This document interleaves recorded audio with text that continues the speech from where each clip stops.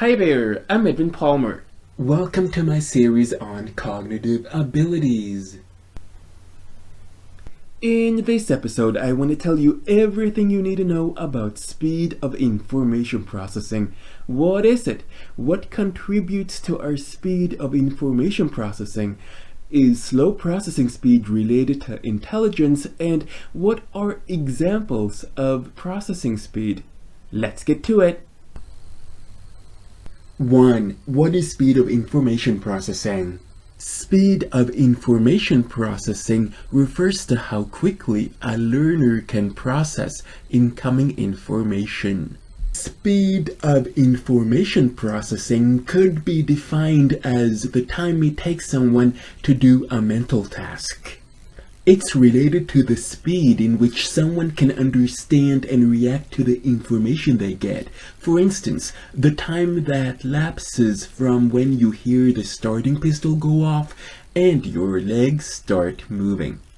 In other words, processing speed is the time between receiving and responding to a stimulus. 2. What contributes to our speed of information processing? Sustained attention and response inhibition contribute to speed of information processing as they increase the activation of the brain processing systems which are appropriate for the task which someone is attending. When you can process something quickly, it increases your attention, but when you're being presented with info you fail to understand, it decreases your attention. Processing speed is one of the main elements of the cognitive process, which is why it's one of the most important skills in learning, academic performance, intellectual development, reasoning, and experience. 3. Is slow processing speed related to intelligence? No, slow processing speed is not related to intelligence, and that means one does not necessarily predict the other. Slow processing speed means that some determined tasks will be more difficult than others, like reading, doing math, taking notes, listening, or holding conversations. But just because it takes you more time to do those tasks doesn't mean you're less intelligent.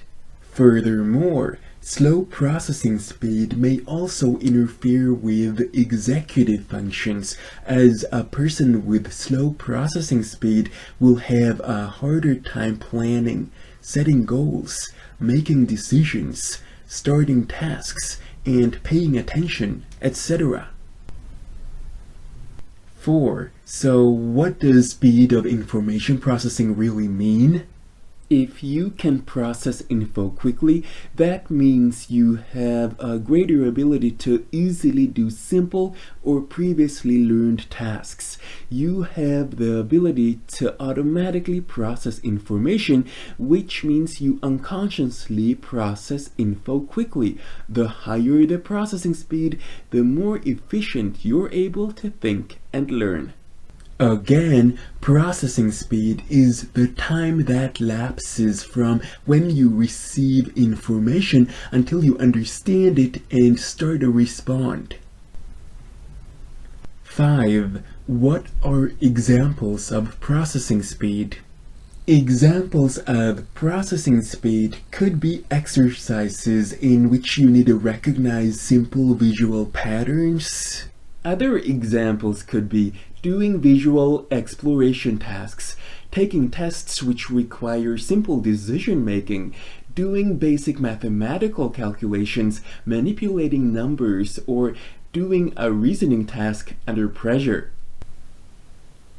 Finally, here are some questions you can ask yourself to check if your processing speed is slow.